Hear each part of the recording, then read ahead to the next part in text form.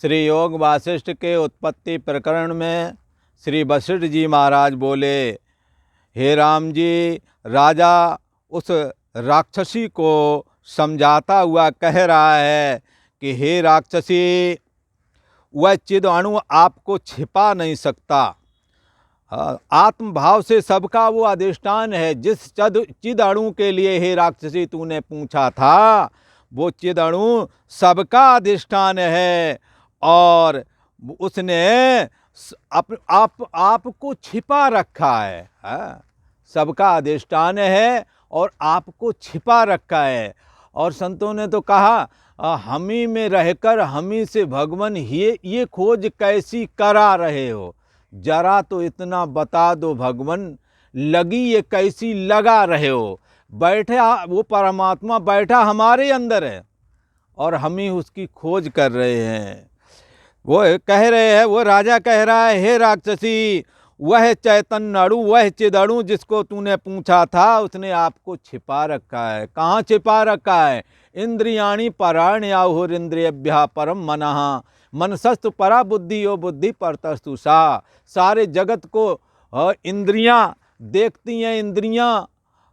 इंद्रियों को मन देखता, अर्थात इंद्रियों के द्वारा मन ढका हुआ है और मन के द्वारा मन जो है बुद्धि के आश्रय में, बुद्धि को आवरण किए हुआ, बुद्धि को यो बुद्धि परतस्तु सा, बुद्धि से भी जो परे है वो है चैतन्य अणु और वो है चैतन्य सत्ता। उसने अपने आप को छिपा रखा है। ऐसे छिपा रखा है, अन्नमय कोश से छिपा रखा है। ये शरीर एक अन्नमय कोश है, एक आवरण है, इससे आत्मा छिपा हुआ है।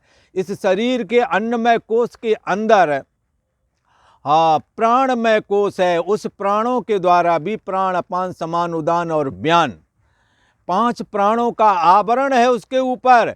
जैसे तलवार के ऊपर म्यान होती है, ऐसे ही उस पर आवरण है ये प्राणों का। और उसके बाद में एक आवरण और है, 5 ज्ञानेंद्रियों के सहित मन, मनोमय आवरण है। और उसके बाद में एक आवरण और है 5 ज्ञानेंद्रियों सहित बुद्धि का, इसलिए विज्ञानमय आवरण कहलाता है। और 5वें नंबर का एक आवरण और भी है जिसको आनंदमय आवरण कहते हैं, जिसकी अभिव्यक्ति सुषुप्ति में होती है। सुख से सोया कुछ भी न जाना। इन 5 आवरणों के द्वारा आत्मा ने अपने को छिपा लिया है। उस चैतन्य अणु ने अपने को छिपा रखा है, परंतु ऐसा करने पर वो छिपता नहीं है। वो अपने आप को, ये हम लोगों को अज्ञानी की दृष्टि से तो छिपा है, परंतु चैतन्य सत्ता की दृष्टि से इन 5 आवरणों को जानता कौन है? अज्ञानी की दृष्टि से छिपा जरूर है, परंतु ऐसा चैतन्य अणु आपको छिपा नहीं सकता। क्योंकि सुषुप्ति अवस्था में जब इसने कहा कि सुख से सोया कुछ भी ना जाना, इस सुख कुछ ना जानना को भी वो जान गया। इसलिए वह चैतन्य अणु आपको छिपा नहीं सकता। उसने सारे जगत को ढांप रखा है और आप किसी से भी ढांपा नहीं जाता। वह चिदाकाश रूप है। जैसे ये आकाश जड़ है, इसने सारी दुनिया को ढांप रखा है। कहीं भी चले जाओ, सूर्य चंद्रमा के लोक में जाओ, कहीं भी जाओ, ये खाली जगह रूप आकाश हर जगह है। यदि ये खाली शून्यता रूप आकाश ना हो तो सारा ब्रह्मांड कहाँ स्थित होवे। परंतु ये तो जड़ आकाश है। ये जो आत्मा है ये चैतन्य आकाश है। ये जैसा कि पहले बताया था कि सारी पृथ्वी का आश्रय पानी और पानी का भी आश्रय अग्नि, अग्नि का भी आश्रय वायु है और वायु का भी आश्रय आकाश है, आकाश का भी आश्रय माया है और माया का भी आश्रय वो चैतन्य आकाश है, जिसका अंत कभी आता ही नहीं है। वो किसी के द्वारा ढांपा नहीं जा सकता है। वही हमारी और आपकी बुद्धि देश का साक्षी है। इसलिए साक्षी ब्रह्म स्वरूप एक है। ये साक्षी ब्रह्म स्वरूप ही है और एक ही है सब में। नहीं भेद का गंध, भेद नहीं है। भेद तो शरीर अलग अलग होने की वजह से है। सबके अंदर चैतन्य सत्ता एक ही है। इसलिए सबकी गठरी लाल है, कोई नहीं कंगाल। गांठ खोल देखत नहीं, याबिद भय बिहाल। कहते हैं कि सब पदार्थों को यही सत्ता देता है चैतन्याकाश, सबका आश्रयभूत है। जैसे घास के वन में हाथी छिपता नहीं, तैसे ही आत्मा किसी भी पदार्थ से छिपता नहीं। हे राक्षसी, जिससे सब पदार्थ सिद्ध होते हैं और जो सदा प्रकाश रूप है, वह अज्ञानी मूर्खों को नहीं भासता। यह बड़ा आश्चर्य है।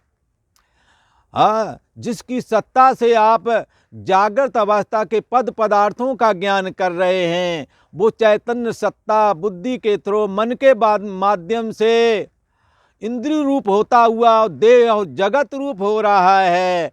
सारी जागृत अवस्था को जो जान रहा है और जागृत अवस्था के जाने के बाद में जागृत का अभाव हुआ, स्वप्न चालू हो गया, उसको भी जाना। और जब जागृत खत्म हुआ, स्वप्न की शुरुआत नहीं हुई, उस बीच ये नंगा रहा, बगैर अवस्था के रहा, शुद्ध चैतन्य सत्ता। और स्वप्न का जब अंत आया और सुषुप्ति आ गई, तो उस जड़ता को भी प्रकाशित करता रहा। और जब सुषुप्ति टूट गई तो पुनः जागृत में आ गया, जागृत को जानने लगा। तो बड़ा आश्चर्य है, जो प्रत्यक्ष है, जो तुम्हारी जागृत स्वप्न सुषुप्ति रूप तीनों अवस्थाओं को जानता है, वह अज्ञानी को भासता नहीं। बड़ा आश्चर्य है।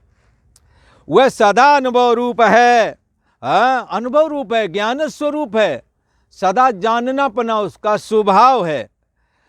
यह सब जगत उस ही से उपजा है। जैसे बसंत ऋतु से फूल फल टास और पत्र फूलने लगते हैं, वैसे ही सब जगत आत्मा से फूलता है। मैं हूँ, अहम इदम, मैं मेरा तू तेरा, धन पुत्र स्त्री आदि, ये सब कुछ की सिद्धि उसी से हो रही है। वही चिदात्मा जगत रूप बना हुआ है। जैसे सोना आभूषण बन जाता है, ऐसे ही वो परम ब्रह्म परमात्मा जगत रूप बना हुआ है। कैसा है? सर्वात्म भाव से सब उसके ही अवयव हैं। हमारे तुम्हारे हाथ पैर, हाथी घोड़ा गधा कुत्ते आदि सबके रूप में वही है। इसलिए तत्सर्वतोक्ष शिरो मुखम, उसके हर ओर सिर और मुख हैं, नेत्र हैं। हमारे आपके नेत्र, घोड़े गधे सबके नेत्र उसी के नेत्र, सबके हाथ एजुकल टू उसी के हाथ। तो सब में वही जो है, इसलिए सर्वात्म भाव से ये सारे उसी के अंग हैं। परमार्थ निरवयव है और निराकार रूप है। हम सब साकार दिखते जरूर हैं, पर सच्चे अर्थों में हमारा और आपका सभी का स्वरूप निराकार ही है। जैसे जन्म से पहले देह और जगत नहीं था, आप देह के रूप में नहीं थे, पर आप नहीं थे ऐसा नहीं कहना, आप थे। अगर नहीं थे तो कहाँ से आ गए? इसलिए जन्म से पहले देह और जगत साकार नहीं था, निराकार अस्तित्व था। जैसे जब मिट्टी को घड़ा बनाया तो घड़े के रूप में, ये घड़ा अपने आकार के रूप में नहीं था, पर मिट्टी के रूप में इसका अस्तित्व था।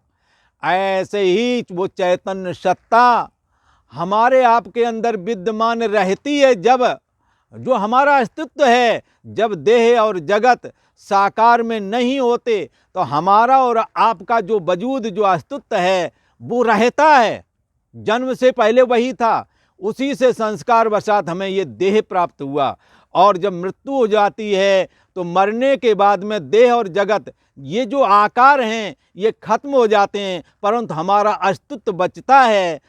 जिसके लिए कहा अविनाशी वा अरे अयम आत्मा, अरे ये आत्मा अविनाशी है। अविनाशी तू तद्विद्धि एन सर्वमिदं ततम, अविनाशी तो वही है जिसके द्वारा ये सारा व्याप्त है। अहम त्वम इदम, मैं मेरा तू तेरा, संपूर्ण जगत जिससे व्याप्त है। जैसे सोने से आभूषण व्याप्त हैं, जैसे पानी से लहरें व्याप्त हैं, वैसे ही उस परमात्मा सत्ता जो कि निराकार है, वो देह और जगत में, मैं मेरा तू तेरा में सब जगह व्याप्त है। इसलिए देह और जगत जब नहीं थे वो था, और जब देह और जगत नहीं रहेंगे तो वो बचता है। इसलिए उसमें ना उदय होता है और ना अस्त है, वो सदा चैतन्य रूप है। आज इतना ही।